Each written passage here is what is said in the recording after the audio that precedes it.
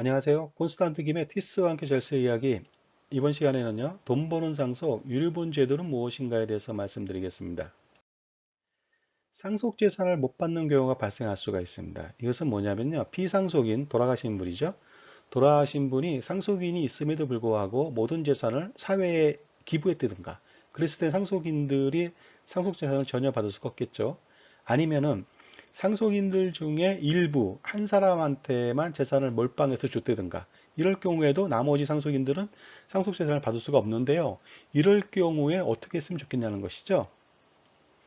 그런 경우가 많이 있습니다. 그 피상속인이 상속 재산을 전부 다 사회에 기부한다든가 장남한테만 전부 상속해갖고 나머지 상속인들의 재산권을 침해받는 경우가 있거든요. 그럴 경우 구제책은 없냐는 것이죠. 있습니다. 그것이 바로 유류분 제도라고 하는 것입니다. 유류분 제도에 대해서 자세히 좀 알아보죠. 유류분 제도라고 하는 것은요, 피상속인, 사망한 사람이죠. 피상속인의 재산을 상속인들이 그 일정 비율로 받을 수 있는 지위를 말합니다. 그리고 그런 유류분 반환 청구권이라고 하는 것은요, 언제 할 수 있냐면요, 유류분 권리자가 상속의 개시와 반환해야 할 증여 또는 유증을 한 사실을 안 날로부터 1년 이내에 할 수가 있습니다. 아니면은 그게 아니라면 상속에 개시된 날로부터 10년 이내에 유류분 반환 청구권을 행사할 수가 있습니다. 물론 이 두 날짜를 지났다, 두 기한을 지나서는 그 시효소멸이 되기 때문에 청구할 수가 없는 점 유의하시기 바랍니다. 유류분에 대해서요, 유류분권자가 있습니다. 유류분권자는요, 첫 번째, 배우자와 직계 비속이 될 수 있고요. 배우자와 직계 비속이 없는 경우에는요, 직계 존속과 아버지 어머니죠. 그 형제 자매가 될 수가 있습니다. 그리고요, 유류분 금액은요, 배우자가 직계 비속인 경우에는요, 법정 상속분의 2분의 1까지 받을 수가 있습니다. 예를 들어서 자기 법정 상속분이 100억이다. 그러면 반인 50억까지 받을 수 있다는 것이죠. 만약에 배우자가 직계 비속이 없다. 그랬을 때는 직계 존속과 형제자매만 남아 있거든요. 그럴 경우에는 법정 상속분의 3분의 1을 받을 수가 있다는 것입니다. 그렇다면요, 유류분 금액을 한번 계산해 보도록 하죠. 예를 들어 보겠습니다. 피상속인의 총 상속재산이 140억 원입니다. 상속인으로는 배우자하고 아들, 딸이 있습니다. 당연히 배우자하고 아들, 딸이 있으니까 직계존속하고 형제자매는 의미가 없죠. 1순위 상속인들이 남아 있으니까요. 그래서 법정 상속지분을 알아보니까 배우자는 1.5, 아들하고 딸은 각각 1입니다.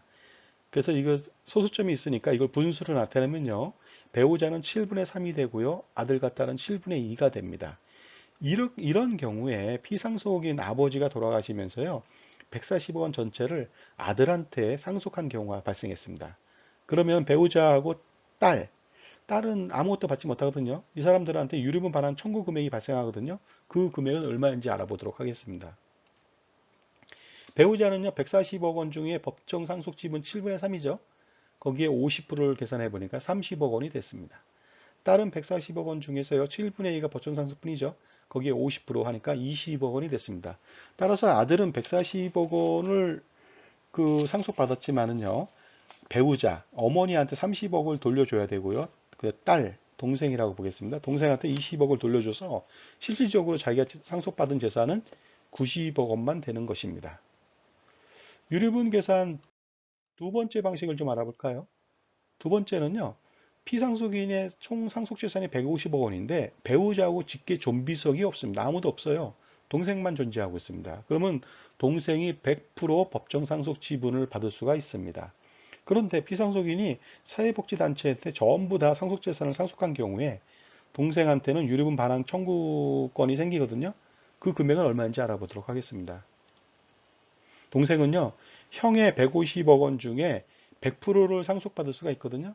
근데 그 중에 그 직계 존속하고 형제 자매는 유류분 그 금액이 3분의 1이거든요. 그러다 보니까 150억 원의 3분의 1, 50억 원을 동생이 받을 수가 있다는 것이 되겠습니다. 자, 지금까지 유류분에 대해서 계산식과 정의에 대해서 말씀드렸는데 잘 이해하셨죠? 자, 지금까지 돈 버는 상속 유류분이란 무엇인가에 대해서 알아봤습니다. 콘스탄트 기메티스와 함께 절세 이야기를 마치겠습니다. 감사합니다.